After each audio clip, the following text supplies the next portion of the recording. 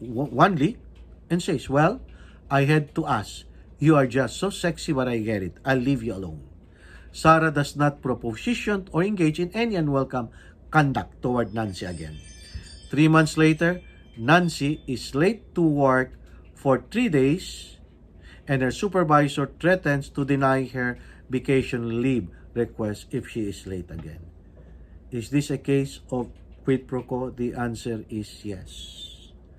Because what happened here, although she stopped it, okay, for 3 months, but later she did, okay, deny her vacation leave request. So that is a quid pro quo. So you just go to the answer. This one, I will not go to this anymore because we're running out of time. And so, the second form of sexual harassment. So one is quid pro quo. So the second is, there are only two forms, is hostile environment. So, sexual harassment based on a sexual hostile environment involves unwelcome conduct based on sex which is sufficiently severe or pervasive to alter the condition of one's employment and which has the purpose or effect of interfering with an individual's work performance. A. Harassing behavior directed toward the complainant. And it could also be a behavior witnessed by the complainant. So in other words, a third party. So if a third party, okay, passive, passive, not active. And if that employee sees both of you undertaking a case of sexual harassment, that employee can file a case of sexual harassment against you. Widespread sexual favoritism that interferes, that infects the workplace, creating a hostile or abusive abusive environment. So what you can see, therefore, in this form of sexual harassment, it must be unwelcome. And it must be sufficiently severe or pervasive.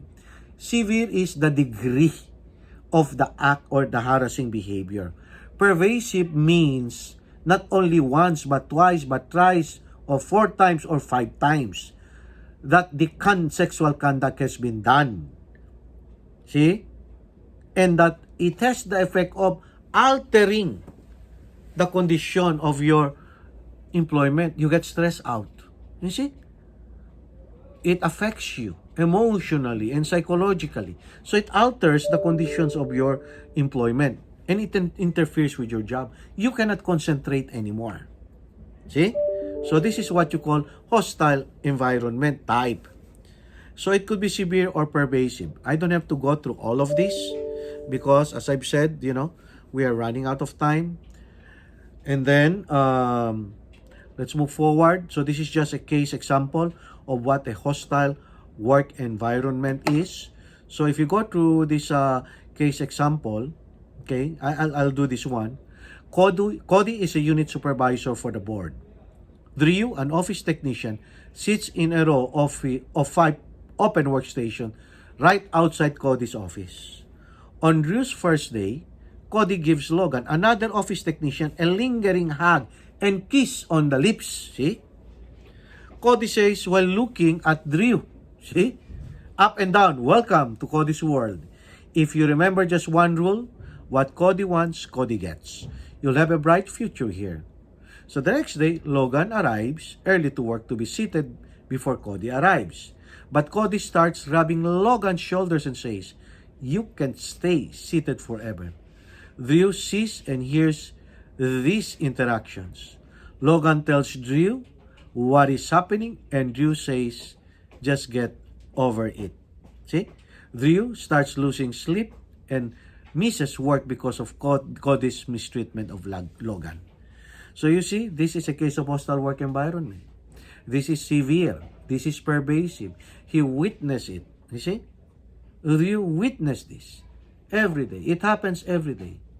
So insofar as he is concerned, although he is not being directly subjected to by Cody's sexual advances or conduct, and yet he is affected. So he can file a case of sexual harassment because it creates a hostile, offensive, sexually abusive work environment. Okay? That is just an example for you. I will not go through this, another case example. And C, unwelcome behavior creates a hostile work environment. So this is the trick here, my friend. It must be unwelcome. If you welcome it, then it is not a case of sexual harassment. Say, for example, you come to work and you are so sexy, you're so beautiful, you're so gorgeous, and I compliment it. Come to work and I say to you, well, you know what? You look different today. You look so sexy, you look so gorgeous. I love the way you smile and the hairstyle that you have. If you say thank you, then it's not a case of sexual harassment, meaning it is welcome. Did you get me? But if you say, please stop, Joey, I don't appreciate what you just said. So that is considered to be unwelcome. Is that a case of sexual harassment when you say, please stop? The answer is no. But the next time around, I'm going to say it again to her, then that is now, it rises to a level of sexual harassment because it is already unwelcome. So what am I pointing at? To be unwelcome, you must say no. Display a behavior that you don't appreciate what you perceive as being sexual comments or sexual advances. So say for example, if I'm going to approach you in the hallway and then I'm going to hug you, okay? Hug you or kiss you in your cheek. And then before I was able to do that, you push me. Or even before you push me, you just evade. That is already considered to be unwelcome. You don't have to say it. You see? So that is very important. You really have to understand that. Because in other words, it is not considered to be severe or pervasive. Because you already, it becomes severe or pervasive if you already showed or displayed that it's unwelcome and I still continue on doing then it becomes not only unwelcome but pervasive frequency. See? So therefore, supervisors, you must take reasonable care. See? This kind of behavior. And so what degree of harassment violates the law? The conduct must be unwelcome and either result in tangible employment action, we already know that, fire, hire, demote, transfer, etc., etc., and it or must be sufficiently severe or pervasive to alter the conditions of employment and create an abusive work environment.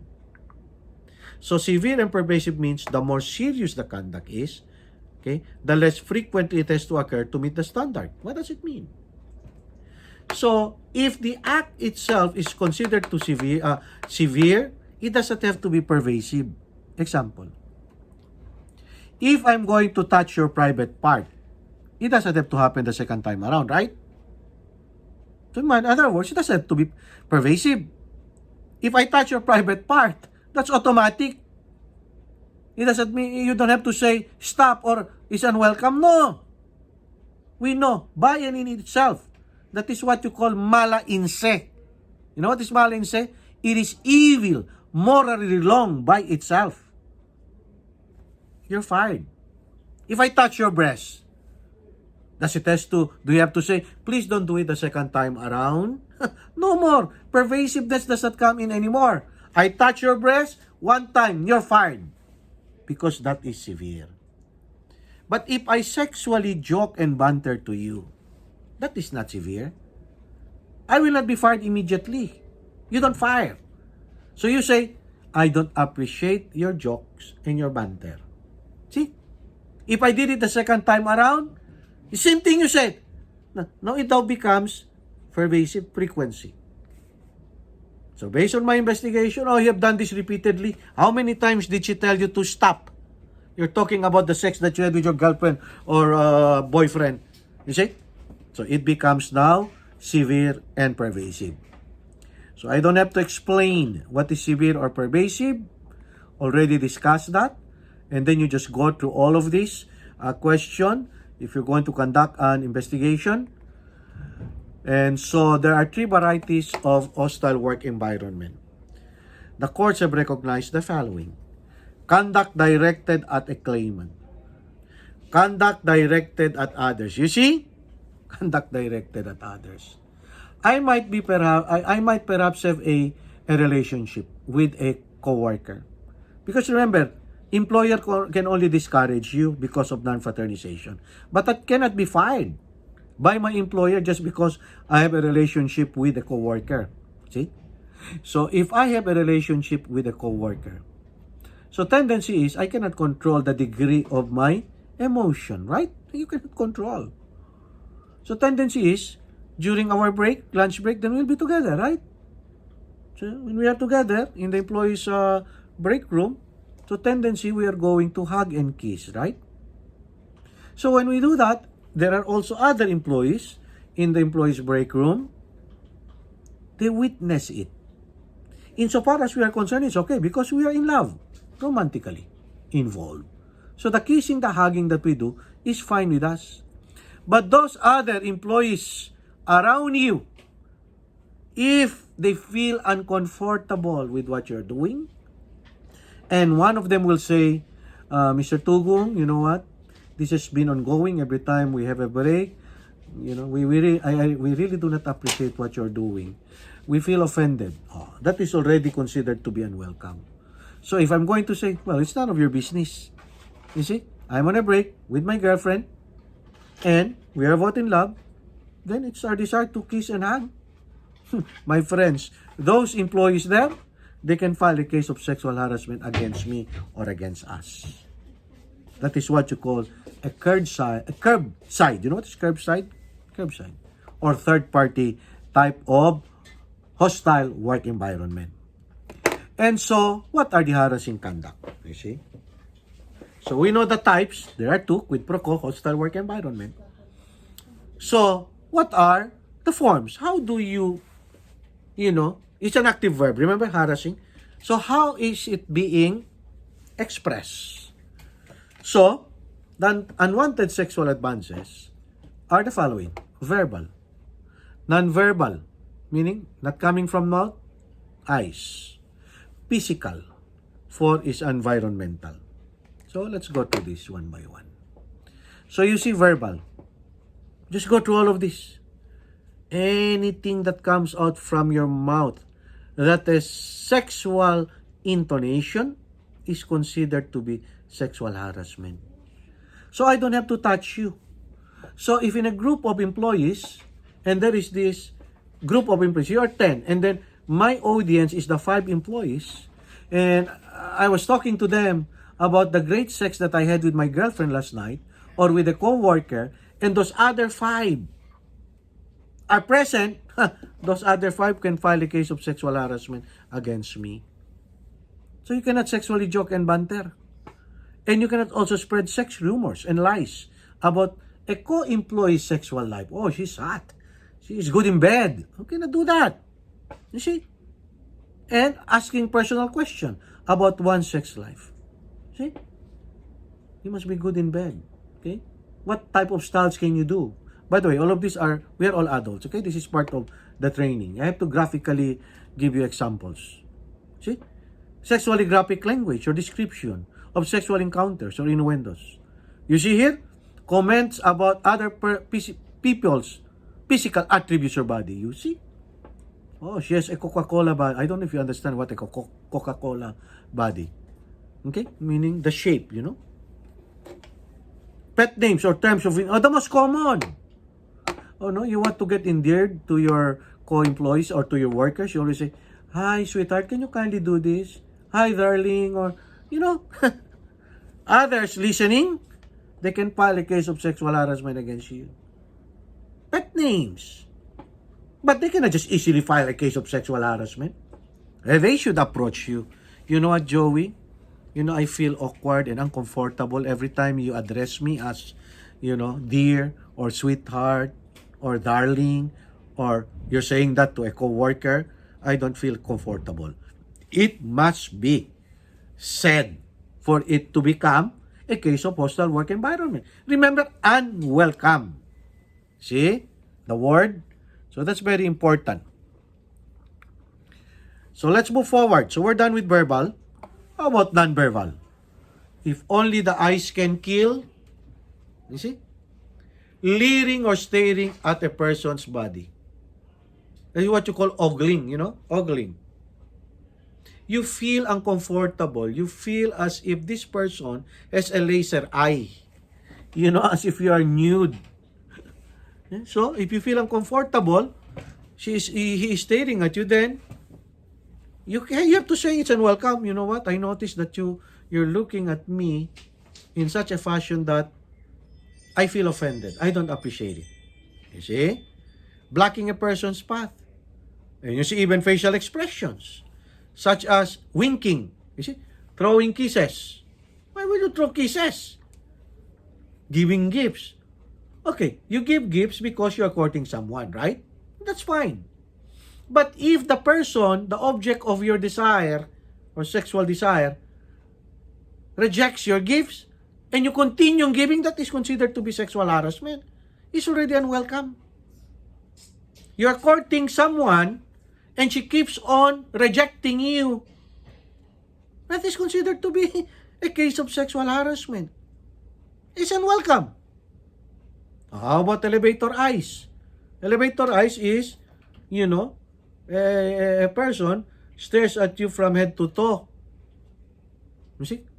How about sexual leaking? This is most common during winter because you have to moisten your lips because it's dry. So you have to lick your lips. So you have to be very careful. You have to cover your mouth because someone might perhaps interpret it as if it's a come-on. You see? That's non-verbal or visual. Physical. Of course, we already know all of this.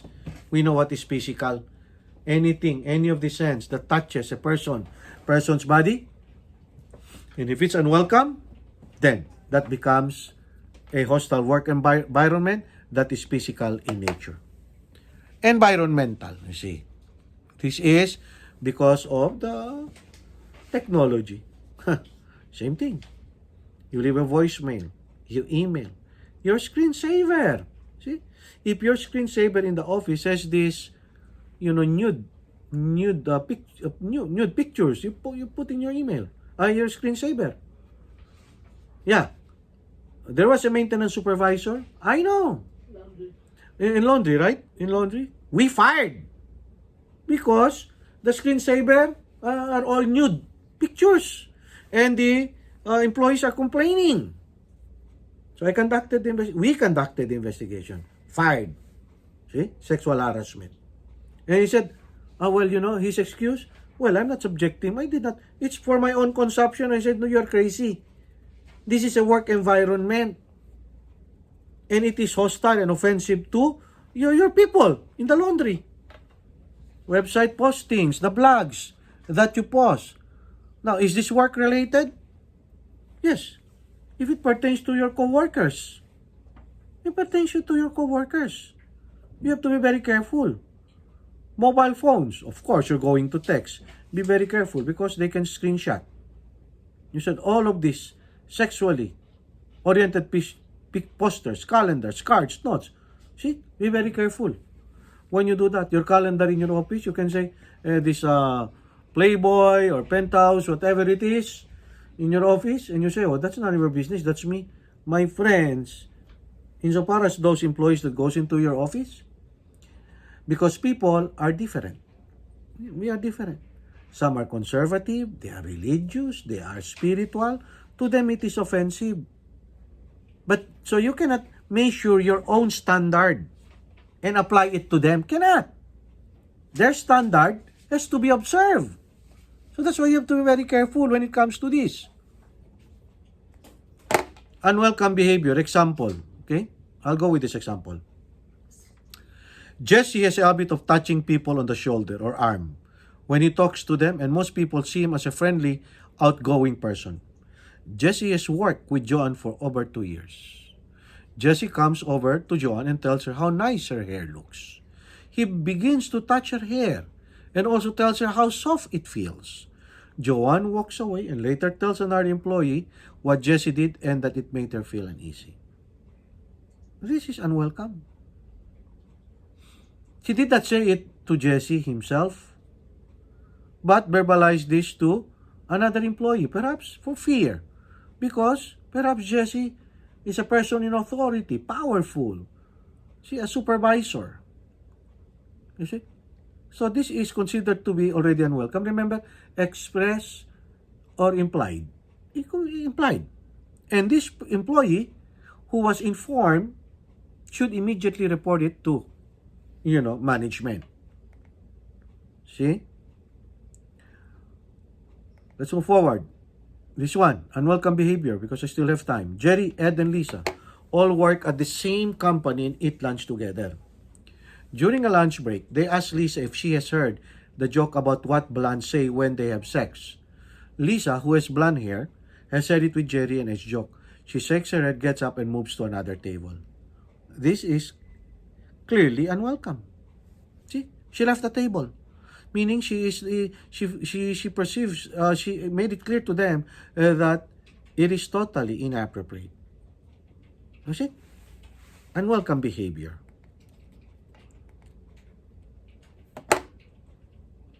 Could the following behavior be perceived as unwelcome? You have a screensaver on your computer of your wife in a bikini. Is it welcome, unwelcome, or it depends? Well, the answer is, I will not say it depends. It is unwelcome to others who will be around you or your employees who can see your screensaver. But insofar as you are concerned, it is welcome because it's your wife, right? How about the rest? So you have to be very careful. The third party, it's unwelcome. Standing behind someone and putting your hand on their shoulder. Is it welcome, unwelcome, or it depends? It might be welcome to the person that you're putting on your hand on the shoulder of that person.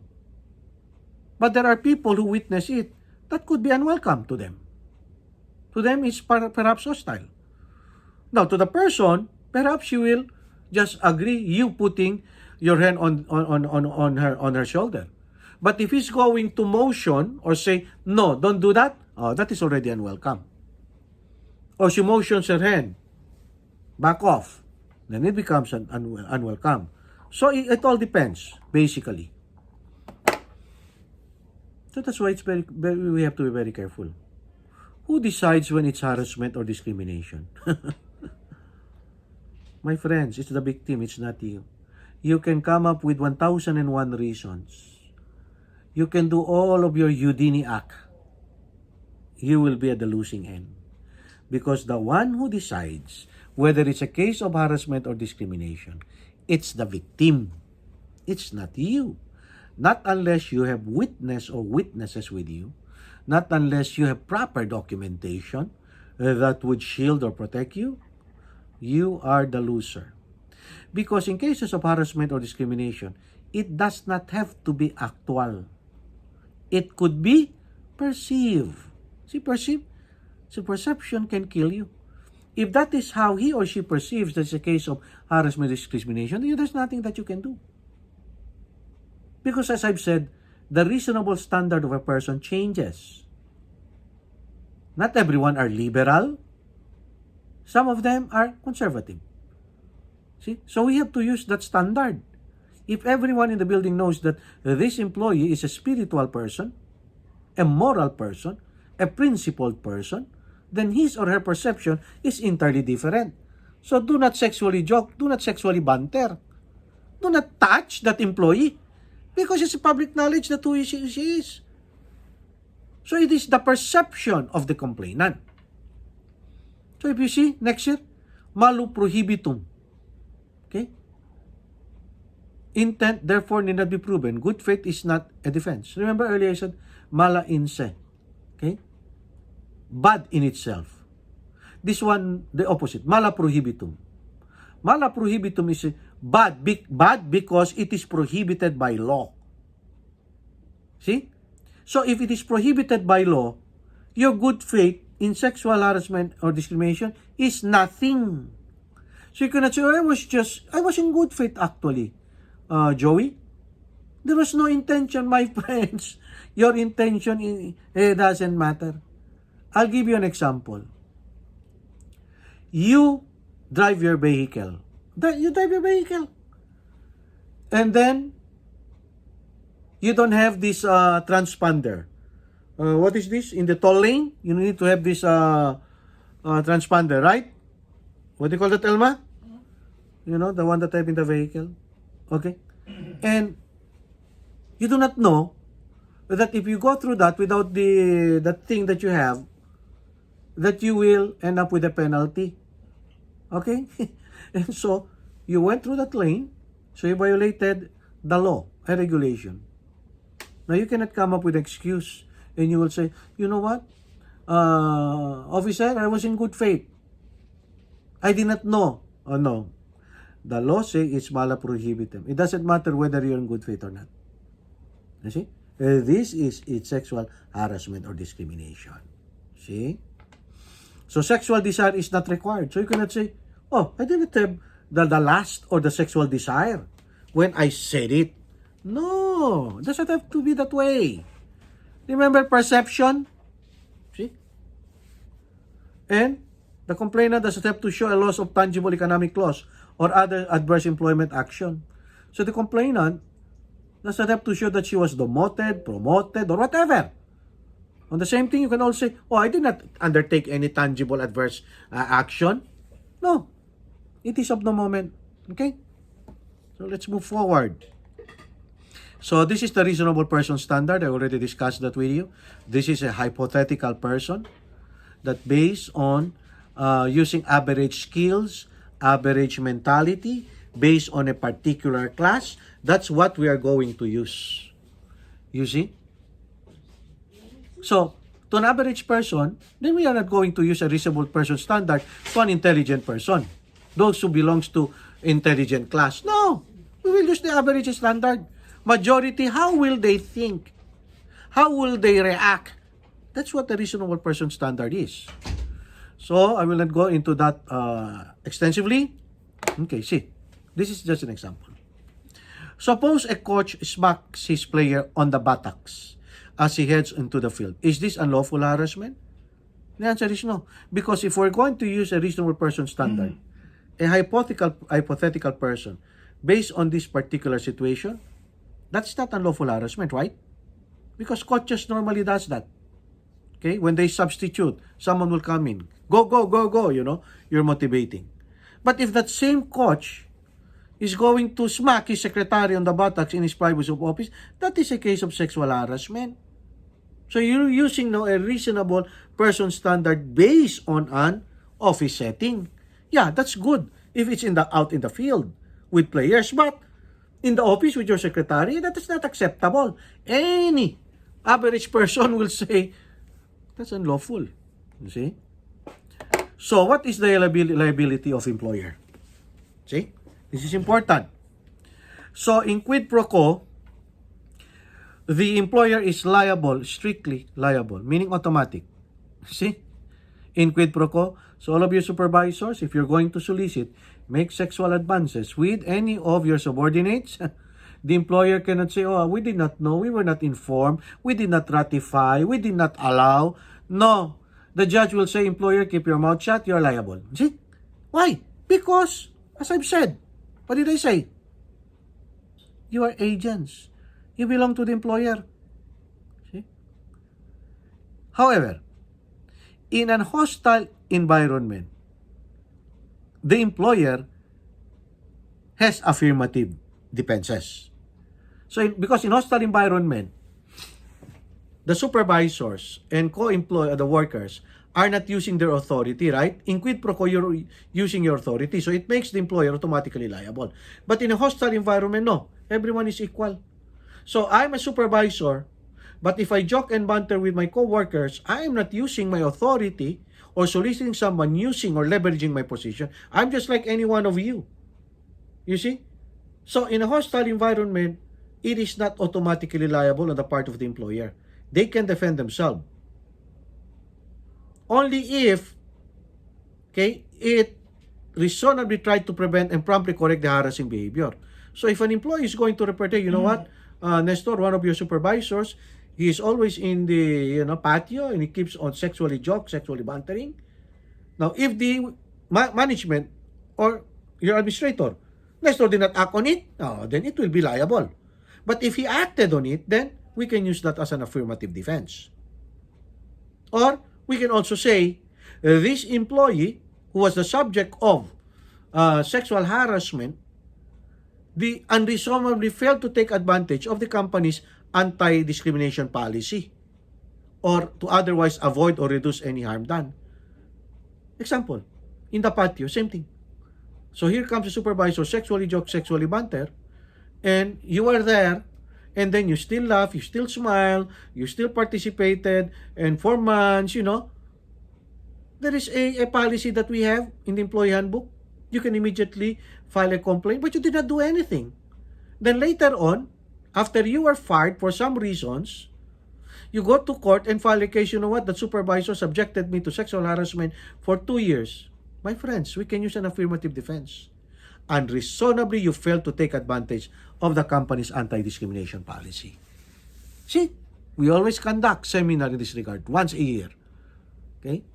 And how come? You know the employee handbook. So we can use that as an affirmative defense in hostile environment. So what is the liability of an employer as to non-direct supervisor, meaning as to your employees? So we will be liable. Remember I said we are liable. No matter what, the employer will be liable, but we have defenses. Okay? So we can be subject to vicarious liability for harassment by a supervisor who does not have actual authority over the employee. You know what is vicarious liability? It is indirect liability. See? You know what is a respondent superior? Okay? The employer will be liable for the act of its agents. Vicariously, it has to be made liable. So liability is present if the employee reasonably believes that the harasser had such supervisory power. See? So what does it mean here? So even though an employee, a manager, supervisor does not have 2 or more employees that he or she directs, not part of the chain of command, but if the employee perceives that he is a manager, his acts will make the company liable. You see? So the victim could have, so we already discussed this, avoidable consequences doctrine. Okay? Failure to, follow what we have under the employee handbook, that they can file a complaint. Okay? So they could have taken action. So they just let it slide for years. So we can use that as an affirmative defense, but we need proper documentation. So anyway, I don't have to go to this doctrine of avoidable consequences. You already know that. Just go to it. Okay, and employer liability when there is tangible employment action. We already know this. So when a supervisor takes advantage of his or her position, extort, make sexual advances in exchange for something else, and if the employee who was subjected to such solicitation denied his or her sexual advances, and then he or she, the supervisor, undertook certain tangible adverse employment action, such as demotion or worse, termination, then employer automatically liable. And only supervisors can do that. And so these are just claims in addition to harassment. Harassing conduct may also result in claims for assault and battery, intentional infliction of emotional distress, constructive termination, defamation. So what does it mean? Say for example, I'm an employee, okay? And then I have another employee here. I forcibly, tried to kiss her or hug her, and then the employee pushed me. That is considered to be sexual harassment, right? But that employee can also go down to the police station and file a case of assault and battery against me. Do you get me? So you end up with a labor claim and you end up with a criminal case. This is what it means. In addition to harassment. See? So defamation. For example, you defame a co-worker. You joke and banter about this employee, the sex that you had with her last night. How good she was in bed. And then she knew about it. People talk about it. She can file a case of sexual harassment against you, and at the same time, she can go down to the police station and file a case of defamation. See, you have to be very careful. There are twin evils in this type. Okay. So this pertains to non-employees, and we already know this. So are we made automatically liable, meaning the employer, for the act of our employee subjecting a vendor to a case of sexual harassment, and on the same token, a vendor subjecting by an employee to a case of sexual harassment? The employer will not be automatically liable. See, unlike in quid pro quo, remember? It will be made liable if the employer knew or should have known. So that is where the employer's liability will come in. So the employer can say, oh, we did not know. We were not informed that this is our employee subjected a non-employee or a vendor to sexual harassment. There was no complaint filed, and no one knew about it. So we can use that as a defense. Versus in quid pro quo, when your supervisor, see, in quid pro quo, solicits, makes sexual advances in exchange for, etc., etc., or the employer has no excuse. The employer can say, oh, we did not know about it. We were not informed. No. The judge will say, please keep your mouth shut. You are liable. You see? So that's why you supervisor, you have to be very careful. Oh, this will give you a summary. See? In a quid pro quo, supervisor to employee, tangible employment action. Quid pro quo, vicarious liability. See? Automatic. The acts of his agent, automatic, it makes it liable. Okay. Here, second, supervisor to employee.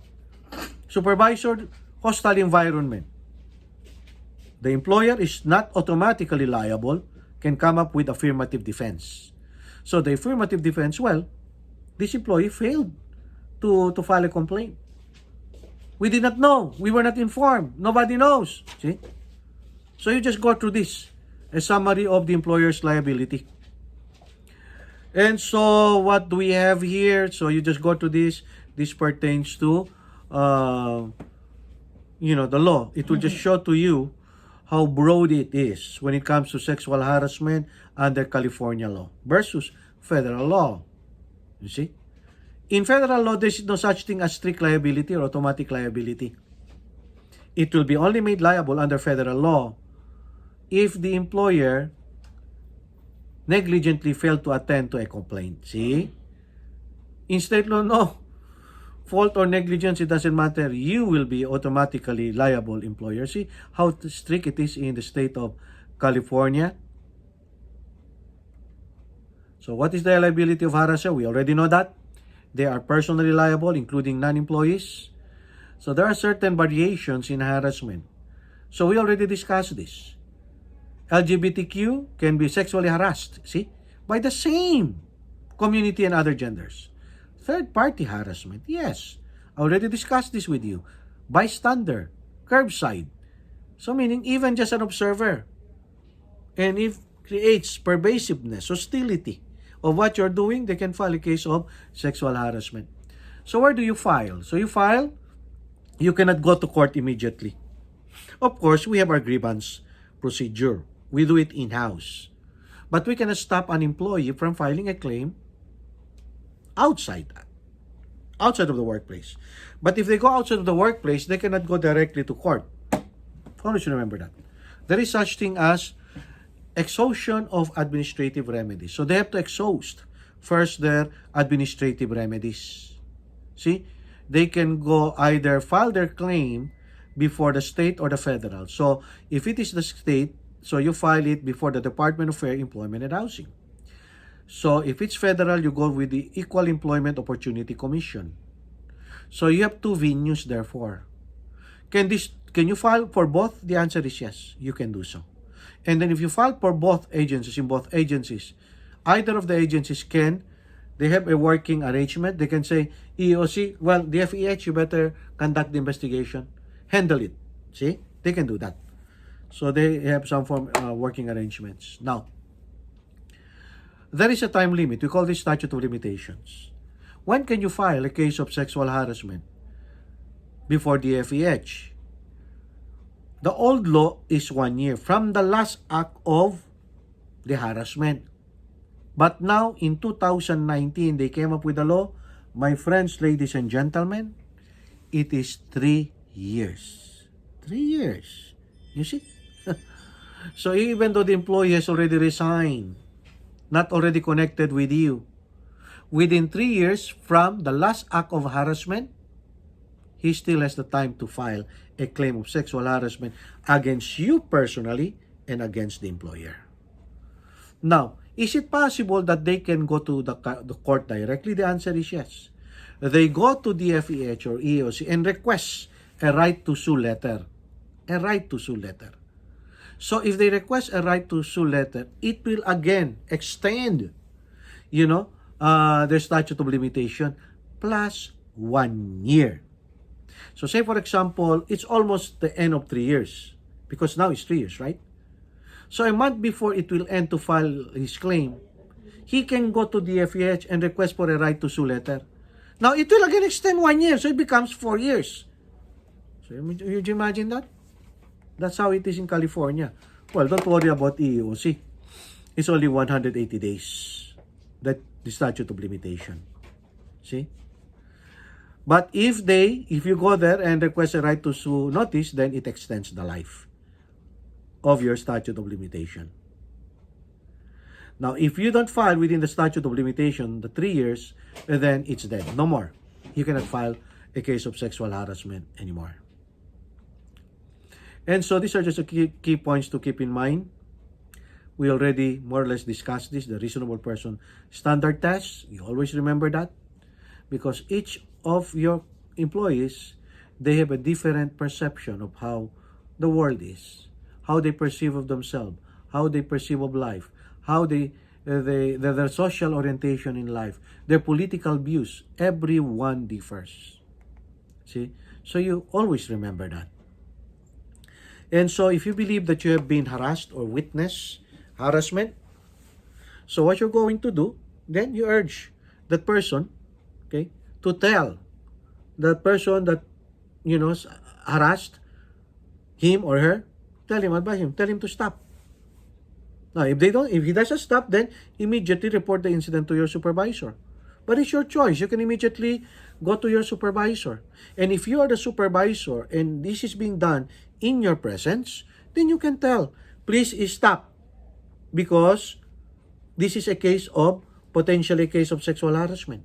So immediately, act on it. Because if you as a supervisor, you witness this is being done in front of you, and you don't do anything, then you make the company liable. Remember? You always remember that. Now, if it will be reported also to management, you have to act on it immediately. Do not sleep on it. It can just stay there. I'll just attend to this 1 week after or 2 days after. My friends, you have to act on it immediately. Because the purpose is to stop the harassment immediately. That is the purpose. Stop.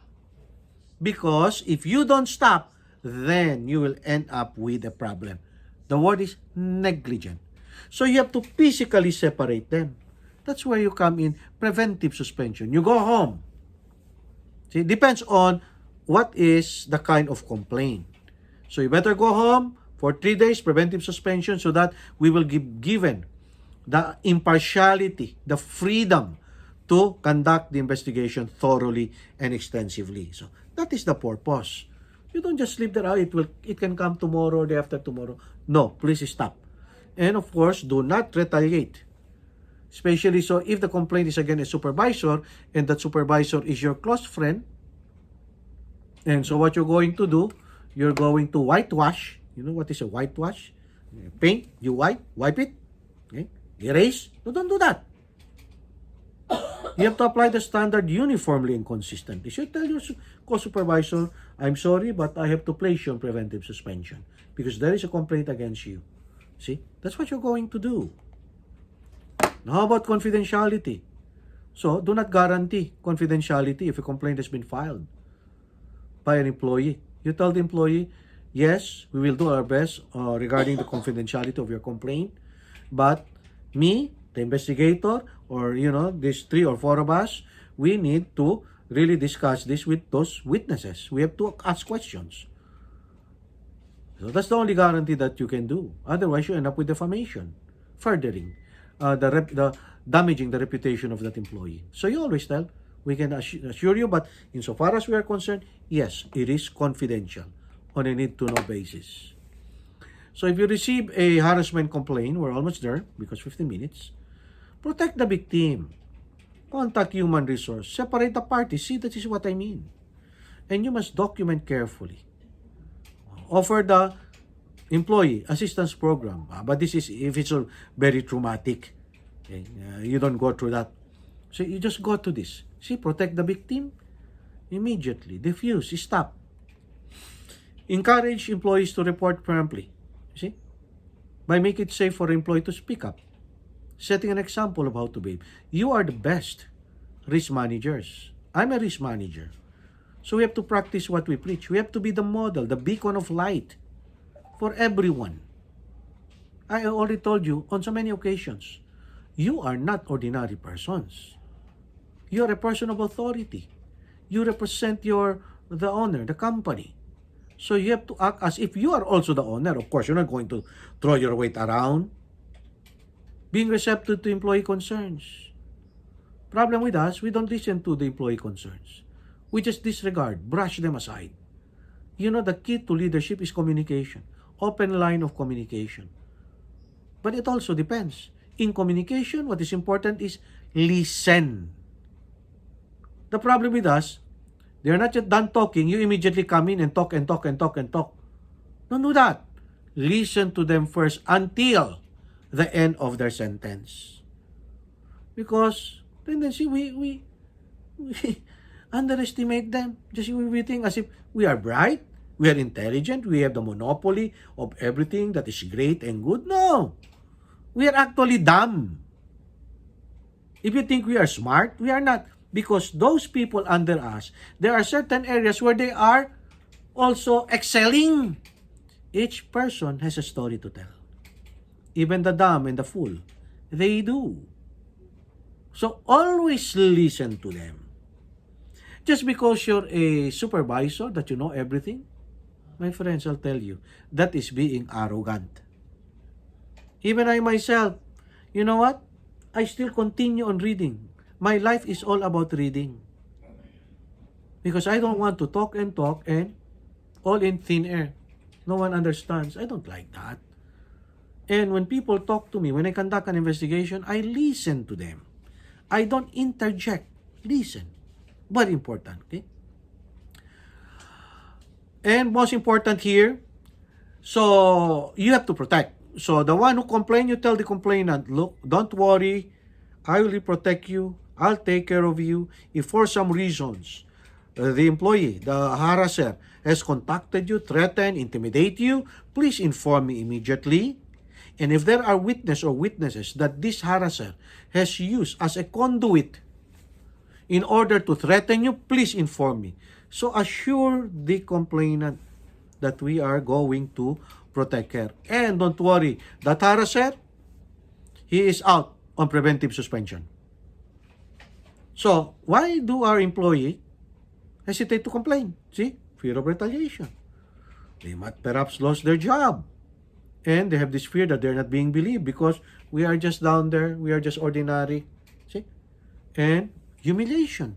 They are married.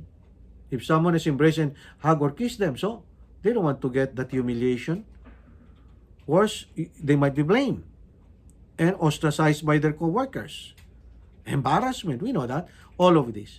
So it is very important for you to try to crack all of these fears that they have. So as a supervisor, if I were you in your department, talk to them every day or once a week. I am here as your supervisor. If you have any concerns regarding a co-worker or even about me, see, please tell me so that we can, solve these problems. We have to work as a team. It's not always top to bottom. That is the military structure. When I say jump, all of you will jump. That is not the kind of layers that we don't want to have. The line of management. It must always be bottom to top. Listen to them. You see? It's not you just because you're a supervisor or you have this doctorate or whatever it is. Your doctorate or whatever is nothing if you're not open-minded. if you are not humble, modest, and if you don't, follow what you preach, you must be a living example. Okay? And these are the information that you have to gather when you conduct your investigation. Remember, this is part of the training. That's why it's called training. It's not a seminar. So just go through all of this. You have my presentation because we're almost there. And when you conduct your investigation, these are just some of the tips. Do not defend the one who was accused of the harassment. And why questions? Why will you? It is as if you're blaming. Why didn't you do something about this before? Do not. It is as if you're blaming. And then giving multiple choice questions. This is what we call non-sequitur. Did she touch you on the arm, the shoulder? Why would you do that? Direct, where did she touch you? See? Do not beg for an answer. Do not go to a leading question. See? I think we can handle this informally, don't you? Why would you do that? Always open-ended question. What is the opposite of open-ended? Meaning you're boxing an employee to a particular question. You know what is the opposite of open-ended, close-ended? It's answerable by yes or no only. Encourage open-ended, where they will continue explaining. But if you say, this question is answerable by yes or no only, well, that is totally wrong. See? Retaliation is illegal. You know that. Let's not go into that. False accusations, you must remember also. Those who will falsely accuse a supervisor, a co-worker, that he or she was subjected to sexual harassment, my friends, is a ground for disciplinary action, which may include termination. See? False accusation. If you misrepresent the facts, just because you have an axe to grind or you want to destroy an employee, you can be fired. I should know. An activity assistant accused a dietary assistant in the activity room that her private parts are her buttocks. Right, Elma? Was touched. We viewed the video camera. It's not true. You see? She forgot that we have CCTV camera. I recommended to the administrator, you don't have to blink your eye. Terminate her. She was terminated. See? Filed for unemployment, denied. We fought hard. Went to the Department of Labor, denied. EEOC, DFEI, denied. Why? Because we have all the evidences. So, is your behavior unwanted? You just ask these questions.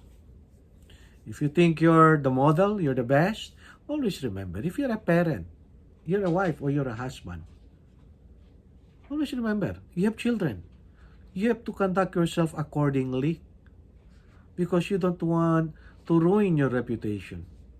Would you imagine you go home and you're going to tell your family that you were fired because of sexual harassment?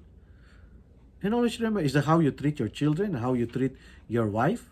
The same thing is that how you treat employees? If you treat your wife and your children well, that is how you're going to treat also your workers, right? So this is what we call mirror yourself. You look yourself in the mirror. Don't just, do your things on your own way as you wish. So the bottom line is, see, most people do not want to file a harassment complaint. See?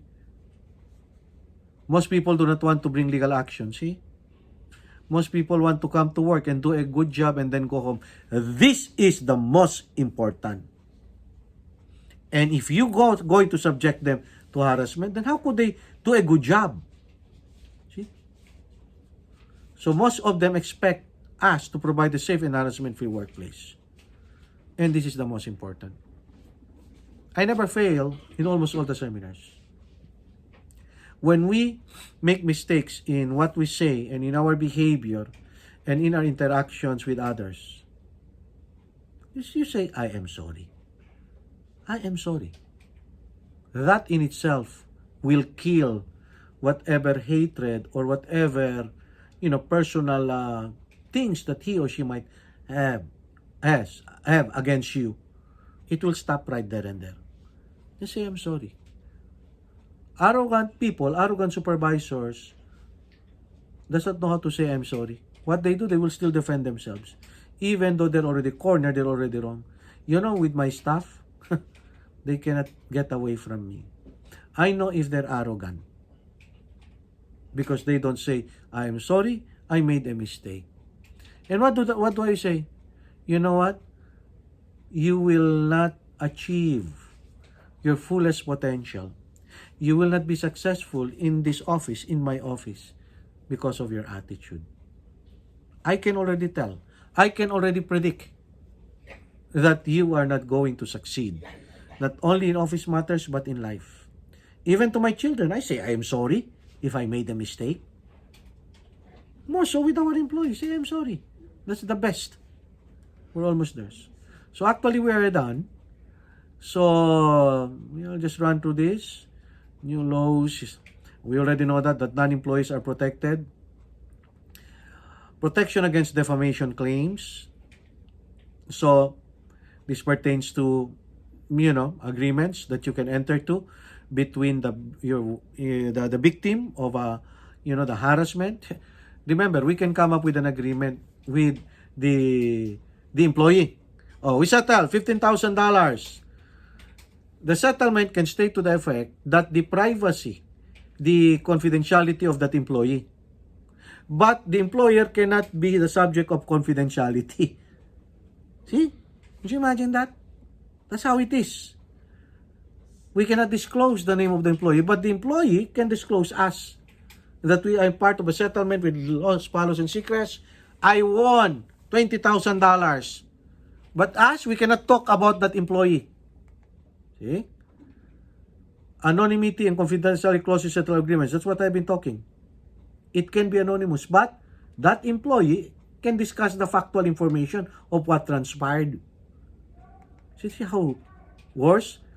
So take all harassment complaints promptly and very seriously and contact risk management, human resource, or legal counsel. You're on duty 24/7. After hours offsite. See, you must set an example. You must set. Employees look to their supervisors to determine what conduct is acceptable. See? They mimic you. They parrot you. You always remember that.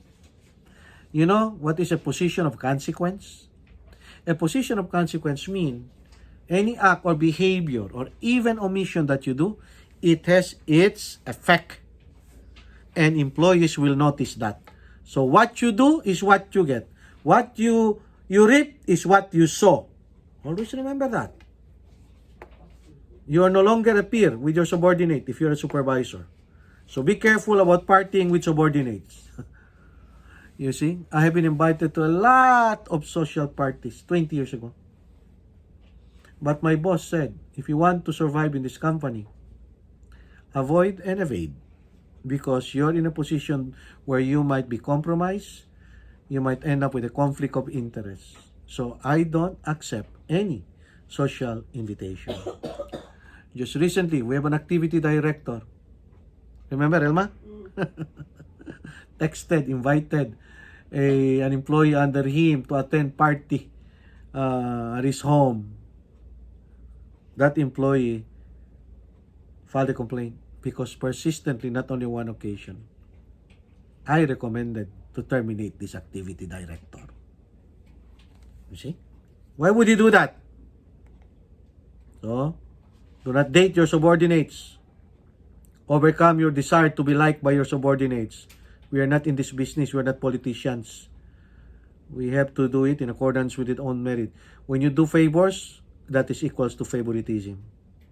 When you overlook misconduct, it ends up with a perceived discrimination. Avoid becoming involved in subordinates' personal lives. Why would you do that? Why are you interested? And then let them feel that you have a special relationship with you. Don't ever do that. So the course is completed. Thank you for your participation and interest. I don't know if you're still around. Lan, I am done.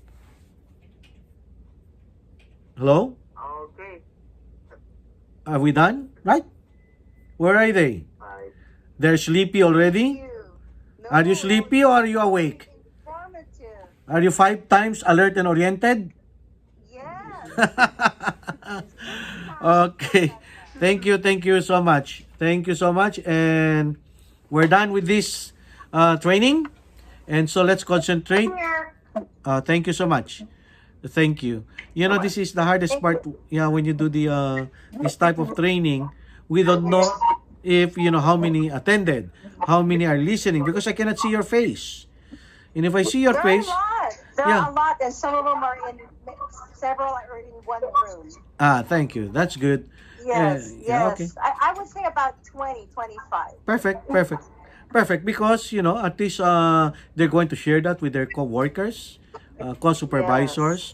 Do not leave it to yourself. Don't be selfish. Whatever knowledge that we have, we share them so that Amen. it will spread and it becomes a working environment that is conducive to attack the COVID.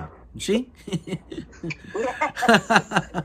Okay, so thank you so much. Let's take our lunch and let's see what would be the next. So I'm going to download this in the YouTube. I'll send the link to you, which I did, and then perhaps the rest of the supervisors, managers, can take a look at it. At view it in the comfort of their vehicle, homes, or during their break time. Thank you so much, Oh, and God thank bless you you. all. Thank you. God bless you too, Thank Joe. you. Thank you. Thank you. Thank you. Bye. Bye bye. Bye.